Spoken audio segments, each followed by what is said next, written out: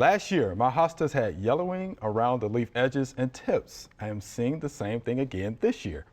Why is this happening and how can I prevent it? And this is Kelly from Bartlett, Tennessee.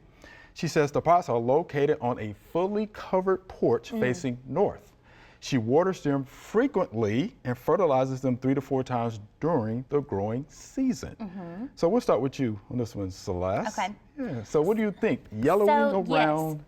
I just want to preface this by saying before I read the full explanation of like placement and everything, initially I was like, oh, I bet they're getting sun scorched, right? Hosta are shade, shade-loving plants. I bet they're getting too much sun. They're getting brown around the edge. But then I looked at the picture that they sent, and I also, continued to read her description, and she said they were on the north side. North side. The north side of your home, where we are, is usually going to be the one that has the most shade, right? Just because of the aspect of the sun.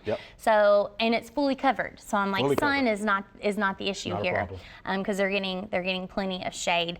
And then I just kind of started, weeding out all the potential options. I was like, this doesn't look like hosta virus where you get strange mottling and streaking in the leaf. It doesn't look like anthracnose, which is one of the leading leaf issues with hosta. They get these weird kind of wavy brown,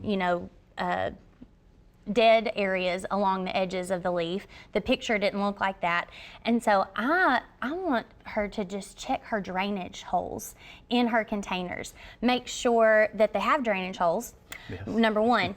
Number two, make sure that the hole isn't clogged by something. In really large containers, sometimes people will fill the bottom with another material just, so they don't have to use so much potting soil. So that might be completely clogged up and the water doesn't have any way to get out. And then the third thing that I would suggest is sometimes depending on how the pot is made, it lays flush on the concrete. And so just the concrete itself prevents the water from draining out. So maybe put some of those little pot feet underneath the container. They make these little feet. You can just kind of wedge up underneath there to create an inch or so of width there in between the pot and whatever it's sitting on. And I think that things might clear up. Did that might clear up? Yeah. Yeah, I didn't think about that one. Anything you want to add to that, Peter? No, I saw it and I was like, this kind of looks like overwatering to me. So the other thing is, it all depends on how big of a pot it's in. But you can take your finger, just stick it in the soil, up to a couple knuckles in, and just see is it dry or is it wet down there? An inch and a half below the soil surface. And if it's wet, maybe you should hold off on watering it.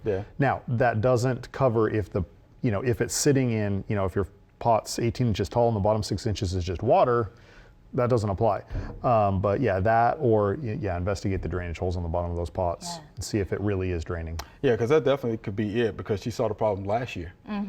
Seeing it again this year. So I look for patterns. So, could it possibly be, too much water? And I think that could be the issue because she is watering them frequently. Right. Which, is better than not frequently enough, I guess, in some cases. She may not have a plant anymore if she watered not frequently enough. So, just kind of adjust that watering schedule, check your drainage, see if that improves things.